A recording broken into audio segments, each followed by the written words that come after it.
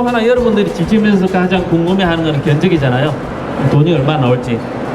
보통 우리가 평당 얼마다고 이야기하는 그 평당은 딱 집만 이야기합니다. 그리고 집도 가구 실내에 있는 주방이라든지 에어컨은 다 빼는 경우가 많아요. 그러니까 소비자가 생각하는 평당 얼마라는 것과 시공자가 생각하는 평당 얼마라는 게 사실 다를 수도 있다는 거죠.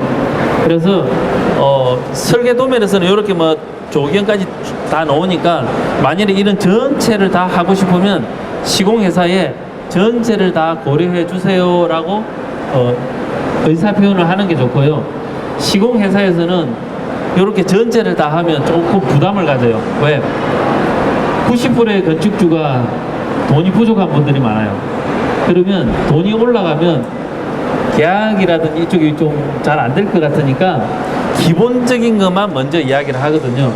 근데 이제 그렇게 아시고 그래도 전체 공사비를 내가 알고 싶다 그러시면 건축사한테 전체 공사비를 빼주시고 거기에 대해서 내용을 나한테 전달해 주세요라고 하시는 게 중요하지. 그냥 평당 얼마예요? 평당 얼마에 물어보면 서로 기준이 너무 다릅니다. 그러니까 그것도 한번 좀 아시면 좋을 것 같고요. 집 짓기 보통 프로세스에서 저희들이 이제 토지를 준비하고 나면 상담을 하는데 앞에 이야기한 것처럼 건축사 사무소나 시공회사 가서 상담을 하고 설계를 하죠. 그리고 시공계약을 하게 됩니다. 어떤 분들은 시공회사에 가서 시공계약을 하고 설계를 하고 시공하게 되죠. 지금 사실 크게는 이 부류와 이 부류거든요. 시공회사에서도 설계를 뭐 한다고 그러는데 말씀하신 그 설계는 사실 설계사무소 가는 게 제일 좋고요. 시공은 시공 전문이 제일 좋고요. 그런데 안타깝게도 아직 우리나라 시장 자체가 소비자분들이 시공회사를 먼저 가는 경우가 많고요. 그리고 또 아쉬운 거는 건축사분들이 여기 있는 건축사분들이 디자인이나 설계를 좀 관심 많이 두는데 많은 분들이 설계를 자기 능력을 발휘 안 하고 그냥 인허가만 내주는 식으로 건축사분들이 활동하시는 분이 많으니까 사실 그런 분들보다는 시공회사가 설계가 낫고요. 시공회사보다는 전문적으로 설계만 정확하게 하시는 분들이 낫고요. 그래서 제일 먼저 어디를 가시든지 내하고 마음이 맞는 설계를 먼저 하는 게 우선이라고 보시면 될 것 같습니다. 네. 요 두 차이를 한번 볼게요. 보통 설계를 먼저 하고 나면 설계를 바탕으로 이렇게 견적을 만들어주죠. 이렇게 만들어주면 가격이 비싸다 싸다 넣고 시공계약 그러면 가격에 맞는 회사하고 시공계약을 하고 시공계약이 이루어지겠죠. 만일에 시공회사에서 시공계약을 먼저 하면 보통 평당 500, 600 이렇게 뭐 우리가 보통 스펙이라고 이야기합니다. 요거는 스펙 중에 옛날 겁니다. 요즘 거는 요거보다 훨씬 좀 더 발전되어 있더라고요. 이렇게 돼 있는데 지금 설계를 하세요라고 이야기를 하면 내 예산이 3억인데 설계를 하면 4억이 될 수도 있잖아요. 5억이 될 수 있잖아요. 그럼 나는 3억의 집을 못 짓잖아요. 라고 말씀하십니다. 그러니 나는 설계를 할 게 아니라 시공회사에서 평당 600에 50평을 지으면 이 사람하고 내하고 3억짜리 계약을 했으니까 나는 3억짜리 집을 지을 수 있다 라고 생각을 다 하세요. 그죠? 그런데 이 회사가 600짜리 계약을 하고 나면 이 회사의 목표는 평당 500짜리를 지어가지고 600을 받아 먹는 게 목표가 될 거고요. 당연하죠. 소비자는 700짜리 집을 600에 짓는 게 목표가 되겠죠. 당연하잖아요. 그런 문제가 사실 발생이 하더라고요. 그래서 이런 시공회사는 이 계약을 하고 시공계약을 10%를 뭐 3억이면 3천만 원을 받고 시공계약을 하고 설계를 하겠죠. 설계는 뭐 저렴하다고 할 수 있지만 인허가는 별도가 돼요. 여기서 설계와 설계사무소의 설계는 일 양이 달라요. 여기서는 디자인만 이야기하는 거고 설계사무소에서 하는 설계는 디자인과 인허가를 다 포함한다고 보시면 되고요. 그러면 여기서는 시공계약금을 가지고 시공을 했으니까 설계를 하게 되겠죠. 설계를 하고 나면 700짜리 집이 만들어지면 재계약을 합니다. 그렇게 해야 사실은 합당하죠. 그런데 내 예산이 700 갖고는 집을 못 짓겠어요. 난 600 이상 도저히 할 수 없어. 탈탈 털은 돈이 정말 연결까지 한 돈이 600이라. 그러면 계약을 못 해요. 그럼 설계비가 얼마예요? 설계비가 시공 계약이 10%가 설계비가 될 확률이 굉장히 많아요. 그러면 3억이면 3천만 원이 설계비가 되고 4억짜리면 4천만 원이 설계비가 되는 경우가 많아요. 그런데 설계만 할 때는 설계비가 2천이 되고 3천이 되면 이 설계가 2천, 3천의 디자인비에 인허가비가 다 포함되겠죠. 그렇지만 여기에 설계는 이 설계가 끝나고 나서 공사를 한다고 그러면 인허가비를, 구조 설계비를 또 줘야 됩니다. 여기서 설계는 디자인만 하는 거죠. 그 차이가 좀 있고요. 사실 뭐 이 두의 제일 차이는 도면입니다. 건축 설계를 하시는 분은 설계 도면이 나오고 견적이 나오는 거고요. 스펙으로 평당 계약을 하시는 분은 평당 계약을 하고 나서 도면이 나오는 거죠. 그러니까 사실 순서가 안 맞는 겁니다. 우리가 가장 많은 질문은 평당 얼마예요가 되고, 저도 어떤 집을 보면 저 집은 평당 얼마 될 것 같다라고 하잖아요. 단순한 가늠자일 뿐이에요. 가늠자지 그게 답이 아니거든요. 그러니까 도면을 가지고 견적을 내는 게 제일 중요하고, 스펙을 하셔도 돼요. 스펙을 하셔도 되는데, 그분들한테 시공 계약을 하기 전에 설계를 먼저 하고, 그리고 설계 도면을 보고 스펙 계약을 하자라고 말씀하시면 사실은 그 오차는 생각만큼 많이 크지는 않습니다. 제가 말씀드리고 싶은 것은 제일 먼저 하셔야 될 거는 설계라고 말씀드립니다. 그리고 사실 건축사분들하고 설계를 하시고 나면 내 예산이 3억인데 5억짜리 집이 됐다. 그러면 서로 다시 한번 더 외장재, 내장재, 평당을 축소를 하면서 내 예산에 맞춰서 조정을 할 수 있어요. 그렇지만 스펙 계약을 하면 그 조정이 사실 어렵습니다. 하든지 안 하든지 양단으로 나누어지게 되거든요. 그래서 중요한 거는 설계를 하면 이걸 강판이나 징크가 아니라 싱글로 하면 가격이 얼마 줄어든다. 이런 창호를 사양을 낮추면 가격이 얼마 줄어든다. 이렇게 하면서 내 예산하고 맞출 수가 있다는 거죠. 그 건축사분들이 또 그렇게 해주시고, 그러니까 설계를 하면 조정이 가능하지만 스펙으로 하면 조정이 안 된다. 그렇게 보시는 게 더 맞고, 오히려 많은 분들은 설계를 하면 내 예산하고 못 맞추니까 나는 집을 못 짓지 않냐 그러는데, 그는 조정을 안 할 때죠.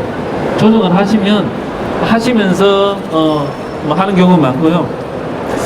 보통 이런 설계를 한번 하고 나면, 내가 원하는 설계를 하고 나면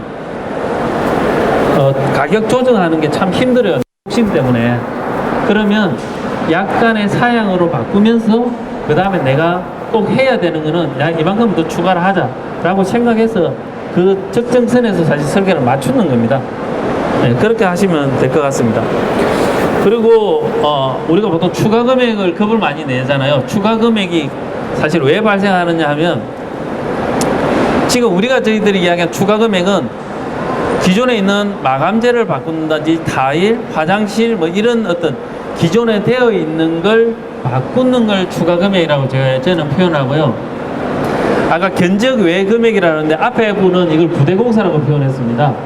이런 부대공사는 견적에 들어있지 않는 것들이죠.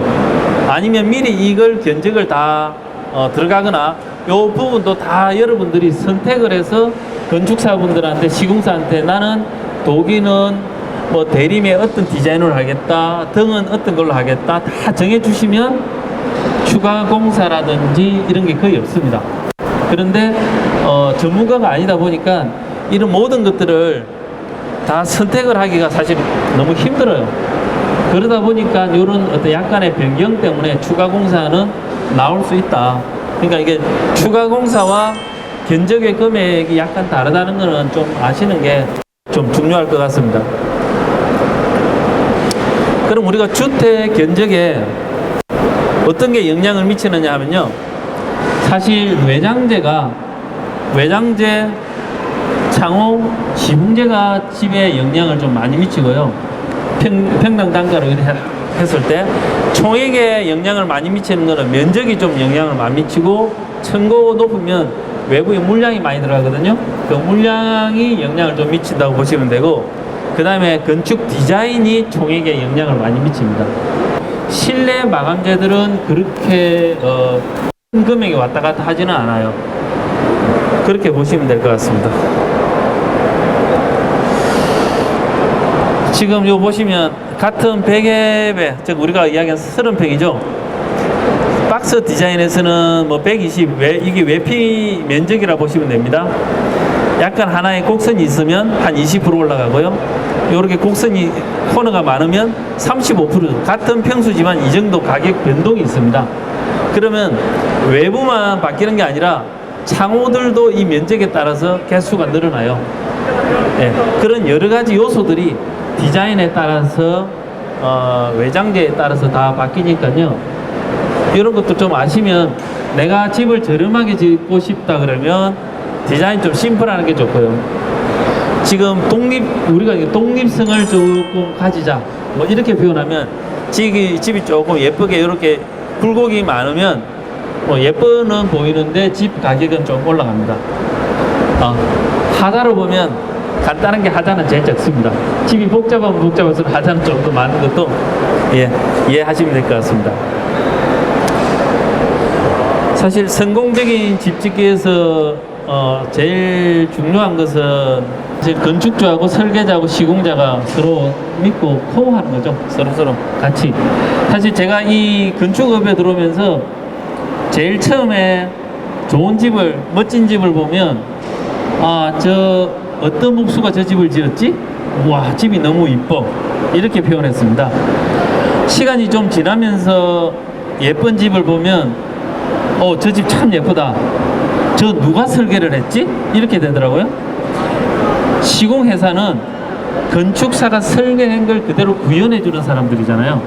그래서 좋은 집은 사실 좋은 건축사가 설계를 잘하면 좋은 집이 되더라고요. 최근에는 좋은 집을 보면 저 집 주인이 누구지라고 이야기합니다. 아무리 건축사가 좋은 아이디어를 내더라도 집 건축주가 그 아이디어를 받아들이지 않으면 좋은 집이 절대 안 되고요. 사실 건축주의 만족도도, 건축주가 집을 만족한다는 것은 설계와 시공이 같이 힘을 합해서 잘 되었다는 뜻이고요. 건축주가, 우리가 볼 때는 집이 예쁘다 뭐 어떻게 하는데 건축주가 불만을 가지는 거는, 건축주 따로 설계자 따로 시공자 따로 노는 집이 결과적으로 집은 뭐 서로 불만이 많아요. 건축주는 집을 짓는데 건축사가 이것도 안 해주더라 저것도 안 해주더라 그냥 다 내가 했다고 표현하고, 건축사는 아니 처음에 설계를 해서 잘 같이 가다가 어느 순간부터 건축주가 자기 방식으로 넘어가서 나는 설계를 포기했다, 이런 분도 있고, 또 시공사는 뭐 가서 좋은 걸 추천하니 너 시공회사의 마진이 어떻게 되냐 뭐 이런 거만 의심을 하다 보니 그냥 나는 시키는 대로만 했다, 이렇게 되는, 각자가 놀면 사실 그 집은 조금 외관은 어떨지 모르지만 집은 좀 붕 뜨고요. 서로 만족하는 집은 건축주하고 설계자하고 시공자하고 서로 뭐 같은 협력자가 되는 게 제일 성공이더라고요. 근데 실제적으로 제일 중요한 건 신뢰인 것 같아요. 그래서 여러분들이 집을 지을 때 집 짓기 전까지는 굉장히 의심도 많이 하고 비교도 하고 내 집을 잘 지어줄지 AS는 해줄지 계속 찾는 게 제일 중요하고요. 만일에 계약을 하고 나면 최대한 믿어주는 게 제일 낫다고 보시면 돼요. 왜냐하면 내가 선택한 시공사나 내가 선택한 설계자를 못 믿는다는 것은 결국 내 잘못이 제일 크잖아요. 선택하는 데까지는 굉장히 관심을 많이 가지시고, 선택을 하시고 나면 건축사든 시공사든 절대적으로 조금 믿고 가시는 게 결과물이 좋다고 보면 될 것 같습니다.